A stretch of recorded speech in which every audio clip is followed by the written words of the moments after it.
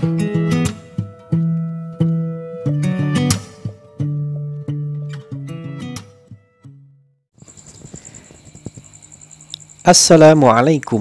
warahmatullahi wabarakatuh.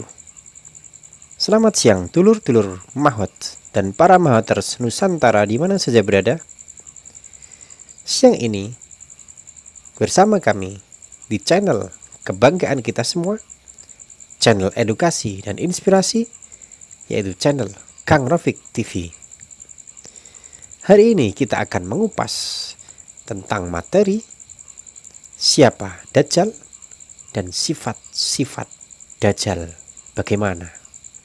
Sebelum kita sampaikan materi terkait dengan Dajjal, alangkah lebih baiknya silahkan untuk memberikan like dan subscribe agar para mahwaters Nusantara di mana saja berada tidak ketinggalan dalam konten-konten yang kita sampaikan. Ada sebuah keterangan hadis di kitab Sahih Muslim, Kitabul Fitani wa Asyratis Sa'ah, Babu Dzikri Dajjal wa Sifatihi, yaitu Anin Nawasi bin Sam'ana qala dzakara Rasulullah sallallahu alaihi wasallam ad-Dajjala dzata ghadatin fa khaffada fihi wa rafa'a hatta dhunannahu fi ta'ifatin nakhli falamma ruhna ilaihi arafa dzalika fina. Sedikit terjemah hadis di atas, artinya berkata Rasulullah sallallahu alaihi wasallam, beliau menyebutkan tentang Dajjal pada suatu hari. Beliau merendahkan dan beliau mengangkat suaranya sehingga kami mengira beliau Rasulullah Shallallahu Alaihi Wasallam berada di kebun kurma. Ketika kami menemuinya, beliau Rasulullah Shallallahu Alaihi Wasallam mengetahui prasangka kami, mengetahui apa yang kami tanyakan kepada beliau. Maka beliau Rasulullah Shallallahu Alaihi Wasallam bersabda, ada apa gerangan kalian bertanya? Kami menjawab, ya Rasulullah, engkau menyebutkan Dajjal pada suatu pagi sambil engkau merendahkan dan mengangkat suara, sehingga kami mengira engkau berada di kebun kurma. Kemudian beliau Rasulullah Shallallahu Alaihi Wasallam bersabda, bukan Dajjal yang paling kutakuti pada kalian. Sesungguhnya jika dia Dajjal itu keluar sedang aku di tengah-tengah kalian, maka aku akan menjadi pembela kalian.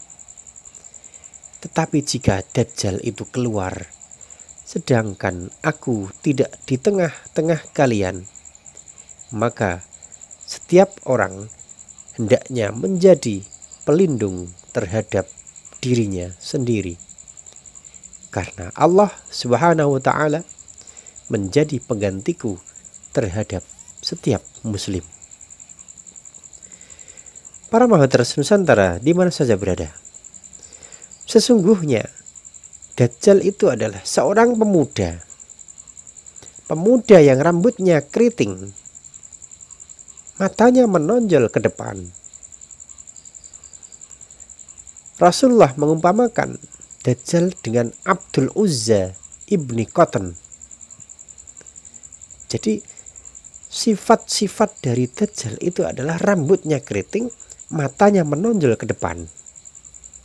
Sehingga Rasulullah mengumpamakan Dajjal itu seperti dengan Abdul Uzza ibnu Qatan, karena persis dan mirip ciri-ciri Dajjal seperti Abdul Uzza ibnu Qatan. Maka barang siapa yang sempat menemuinya dari kalian, maka bacakanlah padanya beberapa ayat pembuka dari surat Al-Kahfi. Jadi bacakan surat Al-Kahfi. Sesungguhnya Dajjal akan keluar dari satu jalan di antara negeri Syam yang sekarang dinamakan dengan Syria dan Irak. Jadi Syria dan Irak sekarang sudah hancur luluh, maka Dajjal akan keluar dari satu jalan di antara Syria dan Irak. Maka dia akan merusak dengan cepatnya ke kanan dan ke kiri. Dari Syria dan Irak dia akan merusak dengan cepat ke kanan, kiri, belakang, depan, semuanya akan dirusak dari Syam. Wahai hamba-hamba Allah Subhanahu wa ta'ala, mari kita teguhkan iman kita. Para Mahaters Nusantara di mana saja berada.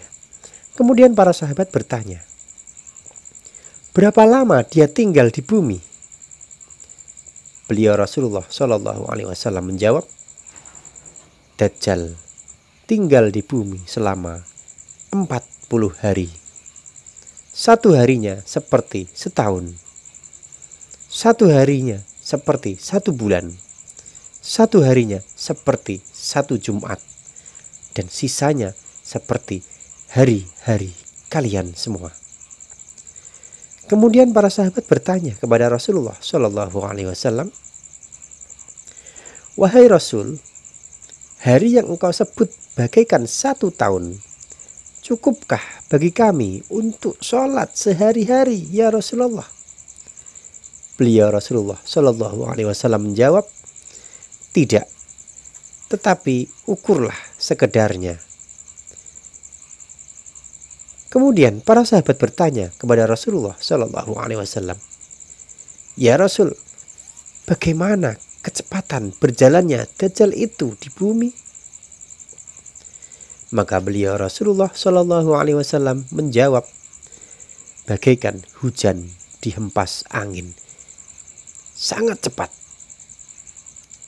Dajjal mendatangi suatu kaum, menyeru mereka, lalu mereka beriman pada Dajjal dan memenuhi seruannya. Dia perintahkan langit, maka langit pun menurunkan hujan. Wahai hujan, turun, maka turunlah hujan. Dajjal memerintahkan bumi, maka bumi pun menumbuhkan tanaman-tanaman. Jadi tumbuhlah, maka tumbuh.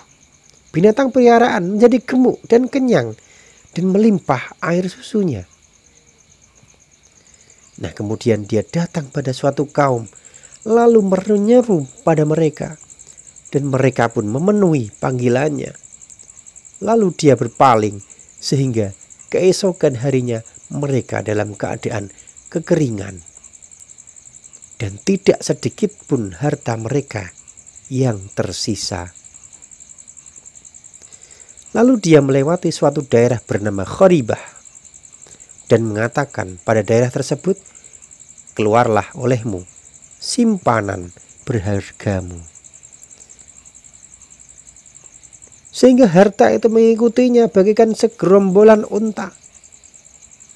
Apa yang dilakukan Dajjal? Dajjal memanggil seorang pemuda, lalu dipenggalnya dengan pedang, sehingga tubuh pemuda itu terbelah menjadi 2 dan belahannya terlempar sejauh lemparan anak panah. Nah, setelah itu tubuh tersebut dipanggilnya kembali, lalu tubuh itu hidup lagi dan datang dengan wajah berseri-seri dan tertawa. Ketika Dajjal sedang berbuat kerusakan seperti itu, Allah Subhanahu wa ta'ala mengutus Nabi Isa alaihi salam.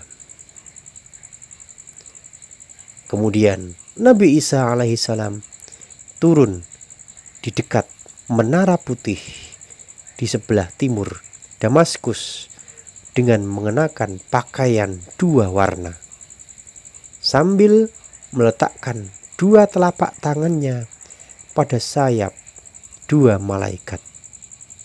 Apabila dia tundukkan kepalanya, hujan pun turun. Apabila Nabi Isa alaihissalam mengangkat kepalanya, maka butir-butir air seperti mutiara berjatuhan dari kepalanya. Orang kafir tidaklah mencium bau nafasnya, melainkan mati, atau bau nafasnya bisa dicium sejauh mata memandang. Apa yang Nabi Isa lakukan? Nabi Isa alaihi salam mencari Dajjal. Mencari dan mencari, sehingga ditemukannya di pintu gerbang Lut. Jadi di pintu gerbang Lut, lalu Dajjal dibunuh oleh Nabi Isa alaihi salam. Kemudian suatu kaum mendatangi Isa bin Maryam alaihi salam, yang mereka telah dilindungi Allah Subhanahu wa taala dari Dajjal, sehingga Isa bin Maryam alaihi salam mengusap wajah mereka dan berbicara tentang derajat mereka di surga. Ketika dalam keadaan seperti itu, Allah Subhanahu wa taala mewahyukan kepada Nabi Isa alaihi salam bahwa sesungguhnya Allah telah mengeluarkan hamba-hambaku yang tidak ada seorang pun bisa memerangi mereka. Maka berlindunglah wahai hambaku ke gunung Tur.